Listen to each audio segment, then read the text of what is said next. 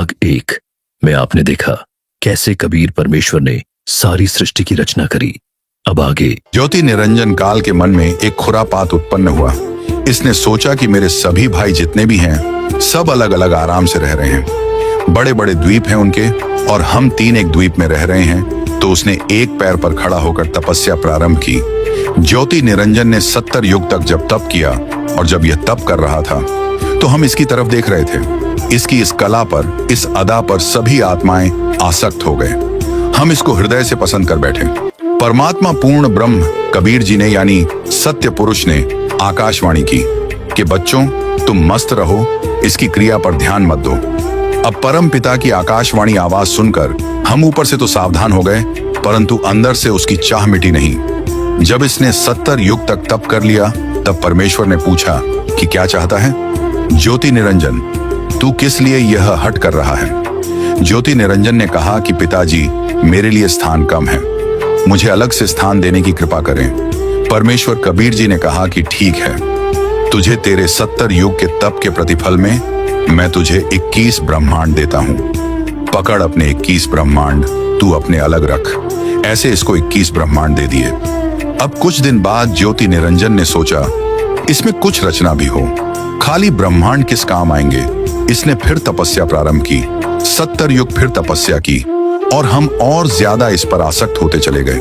परमात्मा रह रहकर हमें समझाने की चेष्टा कर रहे हैं कि तुम अपने मस्त रहो, इसकी इस क्रिया पर ध्यान मत दो।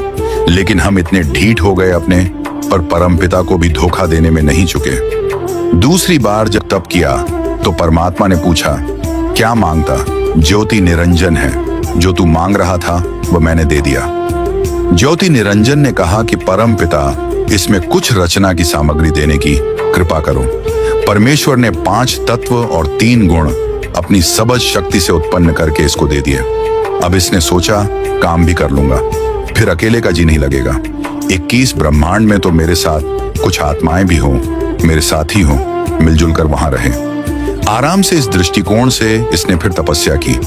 उस समय इसने 64 युग तक जब तप कर लिया, तब परमेश्वर कबीर जी ने, सत्य पुरुष ने पूछा कि ज्योति निरंजन, जो तूने मांगा वो मैंने तुझे दे दिया, अब क्यों हट कर रहा है, अब क्या चाहता है तू। तो ज्योति निरंजन ने कहा कि पिताजी मुझे कुछ आत्माएं दे दो, मेरा अकेले का दिल नहीं लग रहा। परमेश्वर ने कहा कि बात सुन ले ज्योति निरंजन, यह सभी आत्माएं मेरे बच्चे हैं, मेरा अंश है, मेरी आत्माएं नहीं दे सकता किसी कीमत पर भी, तेरी किसी क्रिया पर और किसी भी तप से जब से मैं यह नहीं दूंगा, मैं नहीं दे सकता, यह मेरी आत्मा है। उस अंतर्यामी परमात्मा को सब पता था। परमेश्वर ने कहा मेरी एक शर्त पर मैं तेरे साथ अपनी इन आत्माओं को भेज सकता हूँ। यदि कोई सब इच्छा से तेरे साथ जाना चाहते हो तो चले जाएंगे, फिर मैं उनको आज्ञा दे दूंगा। ज्योति निरंजन हमारे पास आया तो हम सभी उसके चारों तरफ घूम गए। उसने कहा कि ऐसा है, मैंने पिताजी से 21 ब्रह्मांड लिए हैं और उसमें रचना करने की सामग्री भी ली है। आप मेरे साथ चलोगे, वहां स्वर्ग बनाऊंगा, महास्वर्ग बनाऊंगा, सब मिलकर वहां पर खुशी से रहेंगे। तो हमने कहा कि हम तैयार हैं, यदि पिताजी आज्ञा दे दे तो हम आपके साथ चल पड़ेंगे। ज्योति निरंजन ने परमपिता से जाकर कहा कि पिताजी कुछ आत्माएं सब इच्छा से मेरे साथ जाने के लिए सहमत है। परमेश्वर ने कहा कि मेरे सामने उनसे स्वीकृति दिला, तब मानूंगा। परमेश्वर कबीर देव वहां आए और हम सबसे कहा कि जो आत्मा इस ज्योति निरंजन के साथ जाना चाहता है वह हाथ खड़ा करके स्वीकृति दे। अब पिताजी के सामने जो रोज यह कहा करता कि इसकी तरफ मत देखो, हम सभी शर्मिंदा हो गए और नीची गर्दन कर ली।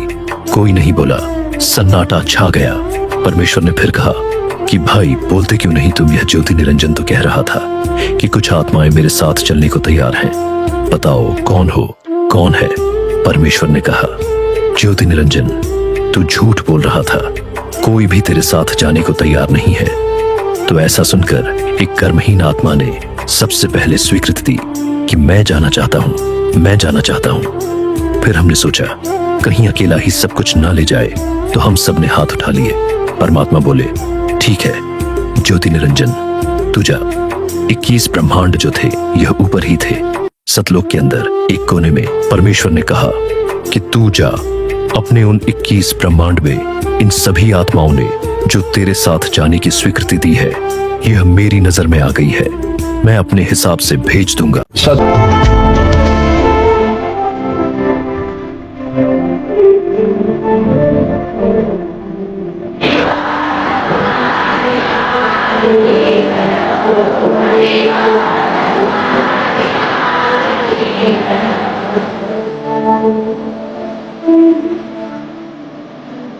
Thank you.